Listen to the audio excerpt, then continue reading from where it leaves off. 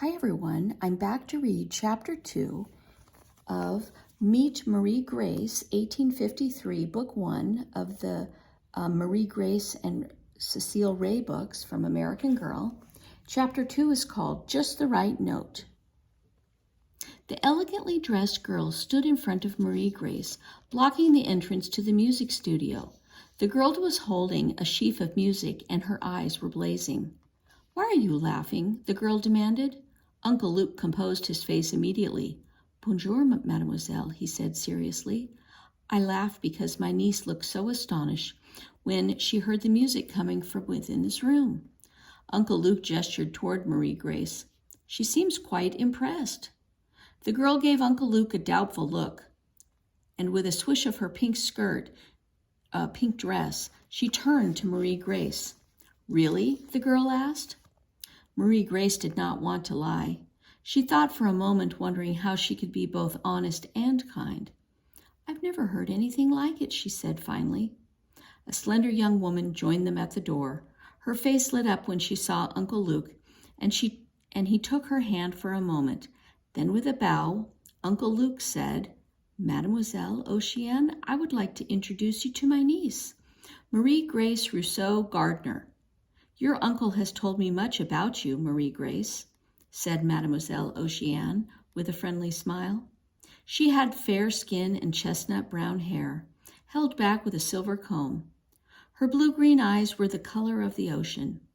"I am so pleased to meet you at last." She reached out her hand to Marie Grace. Marie Grace felt a happy blush fill her face as she shook hands with Mademoiselle Oceane. She had never imagined that a real opera singer could be so welcoming. Mademoiselle Oceane gestured toward the girl who had opened the door. "Monsieur Rousseau, Marie Grace, would you like to meet one of my favorite students, Cecile Ray?" Uncle Luke bowed politely to the girl and then turned to talk to Mademoiselle Oceane. Marie Grace stood awkwardly for a moment. Cecile had warm brown skin, and Marie Grace gestured that she was a free person of color. What should I say to her? Marie Grace wondered. Then she remembered how Papa always said that all people should be treated the same. So Marie Grace followed Mademoiselle's example.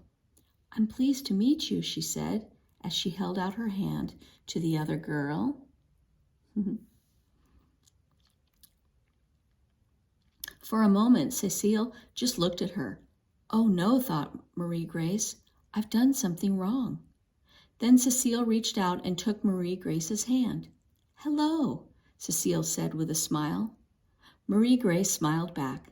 Cecile had sparkling hazel eyes, and her dark hair was styled in long, loose curls. Her lace-trimmed dress reminded Marie Grace of Lavinia's fancy clothes. "She seems nicer than Lavinia," Marie Grace thought with relief. As Uncle Luke and Mademoiselle Oceane chatted together in French, Marie Grace tried to think of something more to say to Cecile. She wanted to be friendly. Here's the picture. She wanted to be friendly, just as Uncle Luke had suggested. But it was so hard to overcome her shyness. "It must be wonderful to learn to sing here," she said finally. Cecile's face grew brighter. "Oh, it is," she said in French, accented English. "Mademoiselle Oceane is the best teacher. She is very patient and understanding, and even when I make a mistake. My mama wants me to learn to sing well, and Mademoiselle makes me believe that I will someday." Cecile smiled again. "Does your maman want you to take lessons too?" "No," said Marie Grace, looking away. It was still for her to talk about Mama. "My mother passed away when we first lived in New Orleans when I was little." Cecile reached out and touched Marie Grace's arm. "I'm so sorry," she said very kindly, and Marie Grace felt warmed by her kindness. "My uncle passed away a short time ago," Cecile said. "I know my cousins miss him very much." Renee, that's my cousin, and my Aunt Octavia came back to live with us in New Orleans." Then Cecile brightened. "So you were born here too? But you sound like an American." Marie Grace was confused. "I was born in New Orleans," she said, "but I am American. Aren't you?" "I'm from New Orleans," Cecile answered proudly, as if that explained everything. Marie Grace frowned. Wasn't New Orleans part of America? What about the American flags she had seen waving at the parade? "Isn't that the same thing?" she asked Cecile. "No," said Cecile, shaking her head. "New Orleans is different from anywhere else in America. And people from New Orleans are different from people anywhere else too. My grandfather says so, and he has been all around the world." Marie Grace thought about her trip through the city with Uncle Luke. "It is exciting," she agreed. "Compared to all the other places I've lived, New Orleans does seem like a different world." "You've traveled?" Cecile asked. "Where have you been?" "I can't wait to travel and have adventures." "Oh, we moved a lot, but I never had adventures," Marie Grace admitted. "Tell me about all the places you visited," Cecile encouraged her. Marie Grace's shyness began to melt away as she described the quiet town of Elton, which boasted a small inn, a general store, and 3 shops. Cecile listened closely and asked lots of questions. Then she told Marie Grace about her own home in the French Quarter, where she had lived all her life. "You already have adventures," Marie Grace said after Cecile described her pet parrot flying around a parlor full of people. "And you're lucky you haven't had to move. Moving is hard." Cecile started to say something, then a pink-cheeked girl opened the door and stepped in. The girl bobbed a curtsy and, speaking with a lilting Irish accent, she apologized to Mademoiselle Oceane for the interruption. Then she turned to Cecile. "Miss Cecile," she said, "we'd best get your things. Be quick. The carriage is waiting." "Yes, Ellen," Cecile answered. She looked at Marie Grace. "Our maid is here to take me home. Perhaps we'll see each other again." Cecile said with a grin, "I hope we do." Then she threw on her cloak while the maid gathered her gloves and several sheets of music. "Au revoir, Marie Grace," Cecile called over her shoulder as she and Ellen hurried out together. "Goodbye, au revoir," Marie Grace replied, and she suddenly realized she was speaking French. Mademoiselle Oceane turned to Marie Grace. "Your uncle tells me that you love music," she said, her eyes twinkling. "He thinks perhaps you might enjoy singing lessons." Marie Grace felt her heart thumping inside her chest. "I do like to sing," she admitted, "but I don't know how, not really." "Let's see," said Mademoiselle Oceane. She sat down at the piano stool and handed Marie Grace a sheet of paper. "Sing these scales, please." Marie Grace looked at the lined paper. It had been a long time since she'd had music lessons, and she couldn't make sense of the marks that looked like strangely shaped O's and P's and D's. She shook her head. "I'm not very good at reading music." "Follow after me," said Mademoiselle Oceane. She played a single note on the piano. Then in a clear, beautiful voice, she sang, "La la la la la la la." Each note rose higher than the last, like steps on a staircase. "La la la la la la la."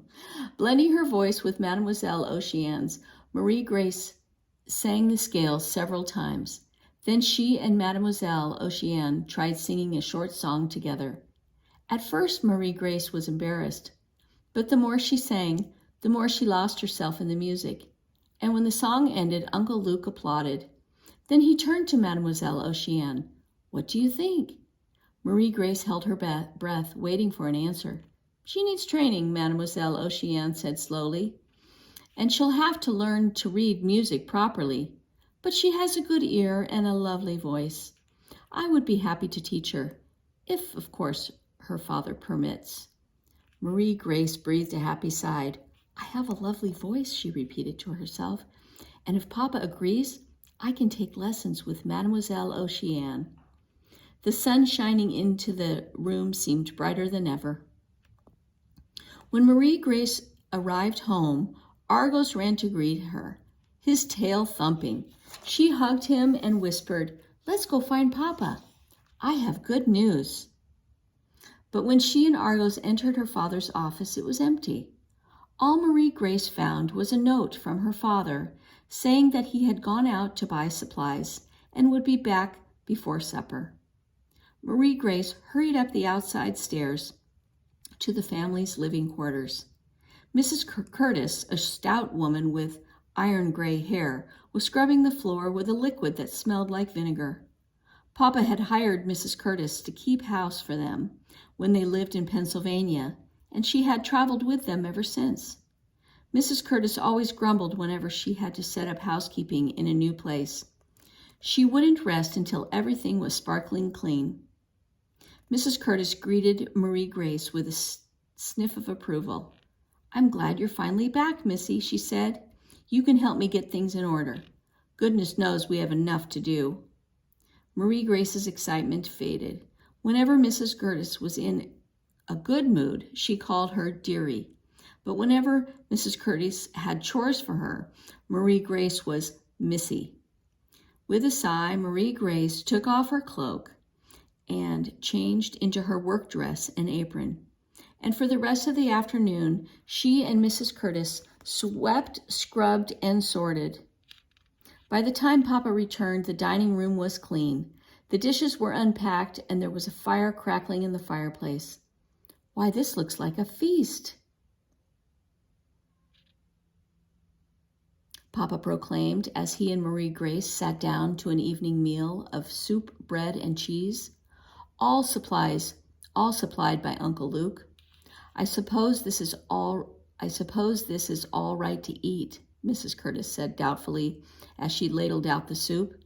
"Mr. Rousseau told me it's called jumbo, or something like that. He seemed to think you'd like it." "It's shrimp gumbo," said Dr. Gardner with a smile as he handed Marie Grace a bowl. "And it used to be one of your favorite foods, Marie Grace." Marie Grace breathed in the rich aroma. It reminded her again of her mother's cooking. She took a sip of the steaming broth. "It's delicious." "If you ask me, it's too many spices," muttered Mrs. Curtis. "People here in New Orleans like lots of flavor in their food," said Dr. Gardner with a wink to Marie Grace. He took another sip of his soup. Marie Grace paused as she savored the gumbo. Then she remembered how Cecile had wanted to know if she was from New Orleans or if she was American. "Papa, New Orleans is part of America, isn't it?" she asked. "Yes, of course," said her father. "The French founded New Orleans when Spain controlled it, and then it belonged to France again. But it's been part of America for nearly 50 years now, ever since the Louisiana Purchase." "Then why do so many people here talk like foreigners?" asked Mrs. Curtis as she sliced the bread.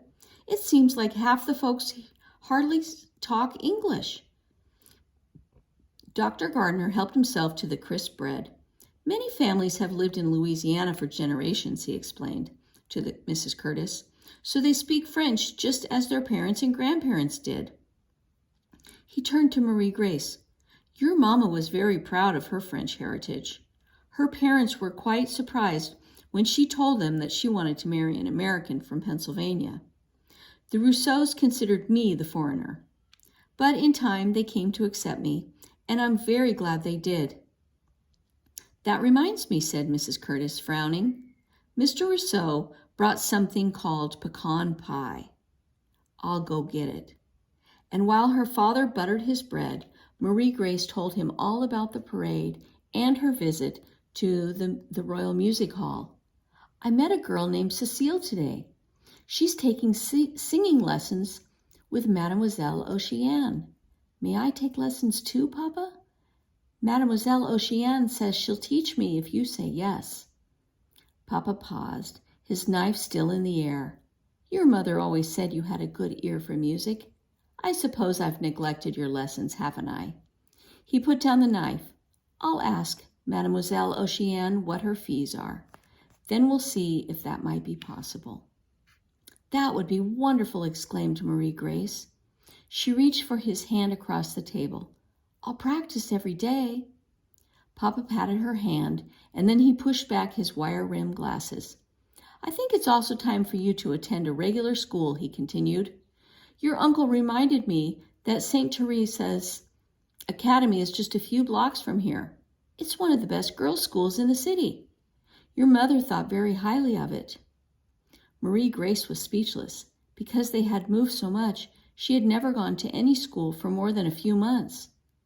And when she hadn't been in school, Papa had made sure she kept up with her lessons by teaching her at home in the evenings. If Papa planned to enroll her at St. Teresa's Academy, it meant he also planned to stay in New Orleans. I could go to school every day, Marie Grace realized. I could even make friends with girls my age. The possibility seemed almost too good to be true. Mrs. Curtis came back into the dining room with the pie. A girl can learn all she needs to know at home, she declared. Too much schooling fills a girl's head with useless nonsense. Thank you, Mrs. Curtis, Dr. Gardner said firmly. But Marie Grace is an intelligent girl, and I think St. Teresa's will be just the place for her. He turned to Marie Grace. As soon as we're settled, I'll see about enrolling you. Marie Grace sang to herself as she went to bed that night. The room was chilly, but as she tucked herself under the blankets, she felt a warm sense of contentment. She looked at the miniature portrait of her mother. I'm glad we came back to New Orleans, Mama, she whispered. I just hope we can stay.